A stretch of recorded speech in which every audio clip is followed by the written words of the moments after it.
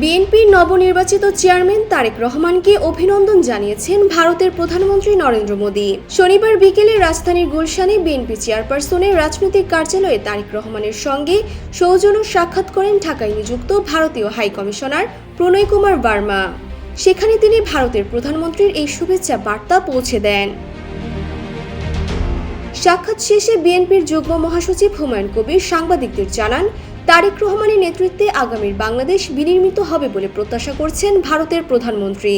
বৈঠকে দুই দেশের মধ্যে বিদ্যমান সম্পর্কের স্থিতিশীলতা রক্ষা এবং ভবিষ্যতে উন্নয়ন ও পারস্পরিক সহযোগিতার মাধ্যমে কিভাবে এগিয়ে যাওয়া যায় সে বিষয়ে বিস্তারিত আলোচনা হয়েছে। হুমায়ুন কবির বলেন, ভারতের প্রধানমন্ত্রী বিএনপির নবনিযুক্ত চেয়ারম্যানকে স্বাগত জানিয়েছেন।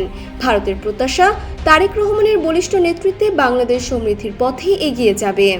ভারতের সঙ্গে সাম্প্রতিক সময়ের কূটনৈতিক টানাপোড়েন কাটিয়ে স্থিতিশীলতা বজায় রাখার উপর গুরুত্বারোপ করা হয় এই বৈঠকে।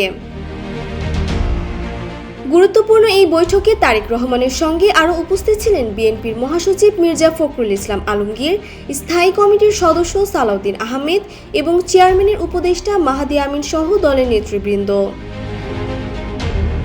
ভারতীয় হাই কমিশনারের পর তুরস্কের রাষ্ট্রদূত রামিজ সেন এবং মিশরের রাষ্ট্রদূত ওমর ফাহমিও তারেক রহমানের সঙ্গে পৃথক সৌজন্য সাক্ষাৎ করেন। বিএনপির মিডিয়া সেলের সদস্য শায়রুখ কবির খান বলেন, বৈঠকে তারেক রহমান আগামীর বাংলাদেশ নিয়ে তার পরিকল্পনা এবং আন্তর্জাতিক সম্পর্কের ক্ষেত্রে পারস্পরিক শ্রদ্ধাবোধ ও সহযোগিতার নতুন দিগন্ত নিয়ে আলোচনা করেন।